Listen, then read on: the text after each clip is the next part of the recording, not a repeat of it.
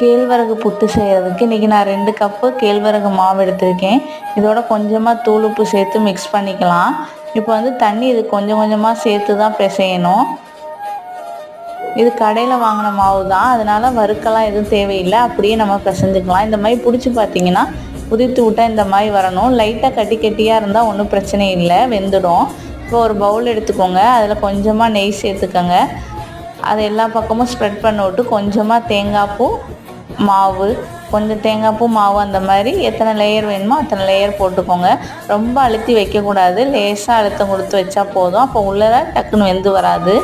இப்போ இந்த மாதிரி ஒரு இட்லி பாத்திரத்தில் தண்ணி நல்லா காய வச்சுட்டு ஒரு இட்லி பிளேட் வச்சுக்கோங்க. அது மேலே நம்ம ரெடி பண்ணி வச்சுருக்க 2 கப் ராகி மாவையும் வச்சிடலாம். இப்போ ஒரு 15 மினிட்ஸ் கழித்து ஓப்பன் பண்ணி நம்ம எடுத்துக்கலாம். இந்த மாதிரி திரித்து பார்த்திங்கன்னா நூலாட்டம் திரிஞ்சு வரும்.